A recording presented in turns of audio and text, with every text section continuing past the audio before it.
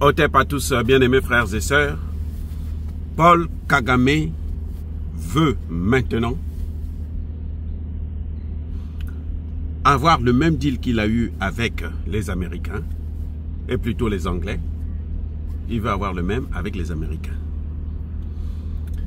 Moi, j'ai dit la dernière fois, ceux qui me suivent doivent le savoir, que l'accord que Kagame est en train de chercher, c'est pour vendre les matières premières qu'il a stockées chez lui. Personne ne veut acheter ça. Personne, pas que ne veut, ne peut acheter ça, à moins que ce soit les Chinois. Personne ne peut. Parce que il ne peut pas vendre ça, puisqu'il est sous embargo déjà américain. Et oui, il va vendre ces matières premières-là à qui? Dites-moi. Parce qu'il faut utiliser le dollar, non? Il faut y passer par le SWIFT, non? Mais les Américains vont tout savoir. Donc il est en train de négocier pour qu'on puisse le laisser au moins vendre cette dernière partie, ces stocks qu'il a.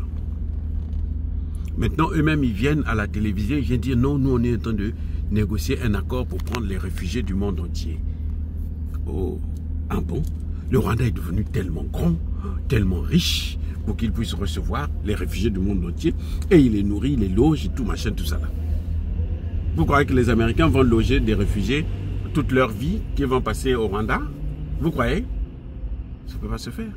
Donc, quand un accord comme ça là, on va vous donner un peu d'argent, 1 mois, 2 mois, 6 mois pour la personne, ou 1 an maximum. Après, vous vous débrouillez avec eux. Mais Kagame va faire quoi de ces gens-là? Il va faire quoi de ces gens-là? Un accord qui a été décrié en Grande-Bretagne. Le gouvernement Starmer, on peut dire tout ce qu'il est, tout ce qu'on veut de ce gouvernement, mais ce gouvernement est venu dire non, cet accord-là ne passera pas. L'Indien là qui voulait faire passer ça, on lui a, heureusement qu'il est parti très tôt, et l'accord n'est pas passé. Cet accord-là, ce n'est pas un accord juste. Attendez, les amis, pour ceux qui ne vivent pas ici, aux États-Unis ou en Europe, hein, vous allez dans ces pays-là, Canada, États-Unis, France, Belgique, machin, vous allez voir partout là, plein de Rwandais. Non, attendez, non, attendez, on va reprendre. Pour ceux qui ne vivent pas dans ces pays-là, demandez à ceux qui vivent dans ces pays, vous allez voir plein de Rwandais. Asile politique, réfugiés politiques, machin, tout ça là, plein de Rwandais. Si le Rwanda a les moyens de s'occuper des réfugiés du monde entier qui viennent aux États-Unis, hein, mais n'a qu'à commencer d'abord par prendre ses propres ressortissants, leur donner du travail, leur donner à manger, leur donner une vie meilleure, pas celle où il va aller tuer les Congolais là-bas pour piller leur cobalt. Vrai ou faux? Vous pensez pas? Je vais vous dire une chose. Ça là, aux États-Unis, ça ne passera pas. Lui-même, Kagame le sait. Donald Trump aussi le sait. Les deux le savent.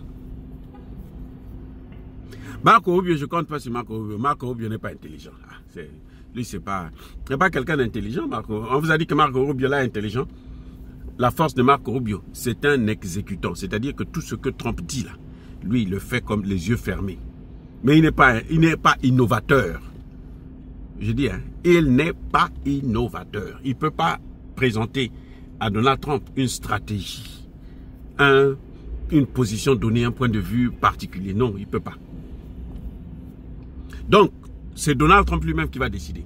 Si Donald Trump accepte de faire ça, hein, si Donald Trump accepte de faire ça, je vous dis les amis, là cette fois-ci, parce que jusque-là, je n'ai jamais regretté pourquoi j'ai voté pour Trump.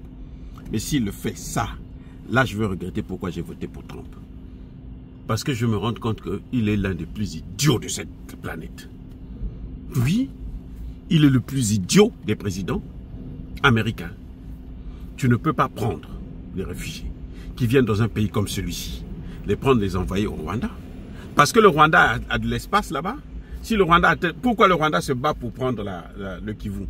C'est pas à cause de l'espace et des minerais. Maintenant, il lui va prendre des gens qui vont venir chez eux. Il va les loger où? Mais ça veut dire qu'il va prendre ces gens-là pour les envoyer encore en RDC. Je l'avais déjà dit concernant le contrat avec la Grande-Bretagne. L'Indien qui était là, l'autre idiot là, je ne sais pas comment on l'appelait là, qui est comme une brindille là, est tellement bête aussi, j'ai oublié son nom. Sunak.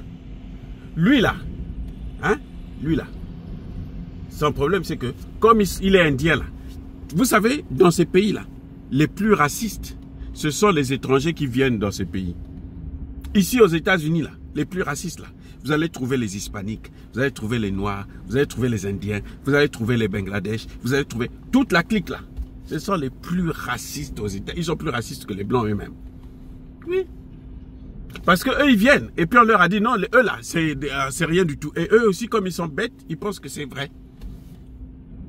Ils ne savent pas que les Occidentaux quand ils font ça là, c'est pour que les Africains puissent être toujours diminués par tout le monde. C'est tout. Parce que si les Africains s'en sortent, eux, tous ces pays-là, vont descendre. Si nous montons, eux, ils vont descendre. C'est pas comme la Chine est en train de monter et puis eux, ils résistent encore. Dès que l'Afrique va monter, eux, ils vont descendre automatiquement. C'est clair, c'est net. Bref, vous voyez, les amis, cet accord ne peut pas avoir lieu. Cet accord ne peut pas avoir lieu parce que la situation, elle est particulière. Vous voyez, on ne peut pas envoyer dans un pays comme celui-là, comme le Rwanda, des gens qui n'ont pas, c'est-à-dire qui n'ont aucun sens de responsabilité, où on ne respecte pas les droits de l'homme, où on fait la guerre, où on a le sang des Africains. On ne peut pas. Trump fait ça, c'est un crime. Mais Dieu merci, vous savez quoi? Les parlementaires américains ont déjà écrit à Trump pour lui dire que cette affaire-là, oubliez même ça. Et Trump ne pourra pas faire passer cette affaire-là si ça ne passe pas au Parlement. Même les républicains disent non. Ça, nous, on ne veut pas de ces imbécilités. Comment tu peux prendre les réfugiés qui sont ici? Envoie-les dans leur propre pays, ok. Mais pas les envoyer au Rwanda. Parce que le Rwanda, c'est qui? Le Rwanda qui veut les prendre là, il est qui? Le Rwanda a quoi? Comment le Rwanda va les nourrir? Nous aussi, on va passer tout... Vous allez les nourrir pendant 10 ans? Pendant 20 ans? Ça n'a pas de sens. Et le Rwanda qui est en train de faire ça, vous voyez comment le Rwanda continue à être...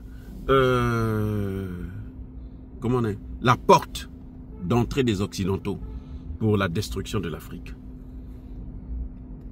Le Rwanda.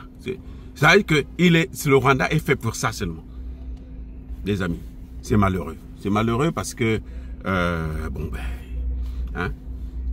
on a des gens comme ça, comme les Ouattara, les Kagame, les Kabila, toute la pacotille des dirigeants africains qui n'ont rien compris, qui pensent que l'Afrique doit toujours être l'esclave des autres. Soyez bénis.